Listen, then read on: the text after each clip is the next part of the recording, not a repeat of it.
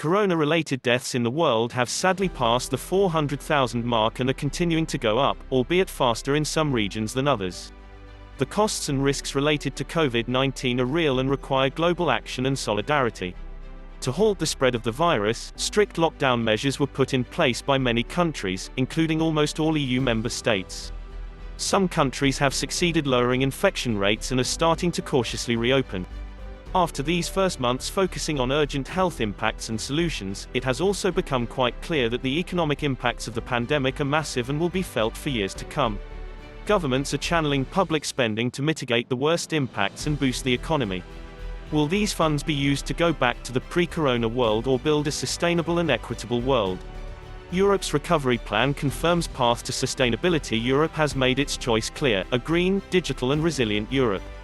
In the European Green Deal, the European Commission had already proposed an ambitious and just transition towards long-term sustainability, placing environment and climate concerns at its center. Major policy packages, including the recently proposed biodiversity and farm-to-fork strategies, have been put forth to implement this vision. Europe has made its choice clear: a green, digital and resilient Europe. These priorities are also clearly reflected in the multi-annual EU budget proposal of €1.1 trillion for 2021 to 2027. As part of a recovery plan from this economic crisis, a new, additional financial instrument called Next Generation EU, amounting to €750 billion, was recently proposed by the European Commission. Framed within well-defined policy targets, these funds can help Europe transform its economy while achieving climate neutrality and sustainability and addressing social inequalities. Throughout the transition period, knowledge will play a key role in ensuring that these funds are allocated to coherent actions towards this shared vision.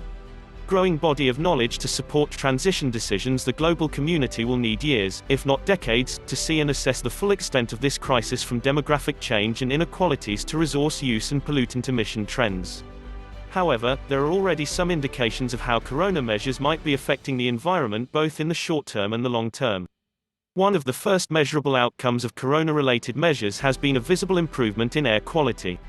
With reduced road traffic, many European cities under lockdown observed a reduction in concentrations of some key air pollutants. To understand the extent of these improvements, the EEA has been monitoring weekly average concentrations of nitrogen dioxide and, in some cities, concentrations were over 50% lower than the same week in 2019. We can also expect reductions in noise pollution from road transport. However, as economic activities pick up pace, these improvements are likely to be reversed. Reduced levels of economic activities are also likely to result in lower emissions of greenhouse gases in 2020. A full assessment based on concrete data will be available late 2021. Similar to air quality, the drastic drop in emissions will certainly bounce back as the economy starts recovering. From across the world, there are reports of wildlife recovering some ground with less disturbance from human activities, or of more single-use plastics ending up in the environment.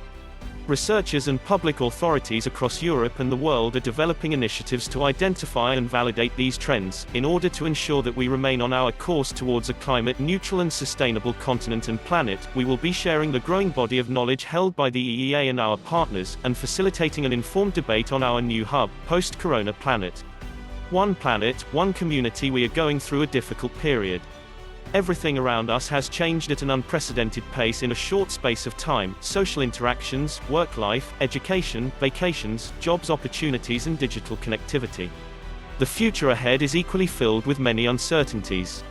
But in these trying times, we should never forget the impressive strength, resilience and solidarity we have demonstrated as individuals, families and as part of a global community. Together we can act, innovate, adapt and move forwards. We need to do that in a sustainable way.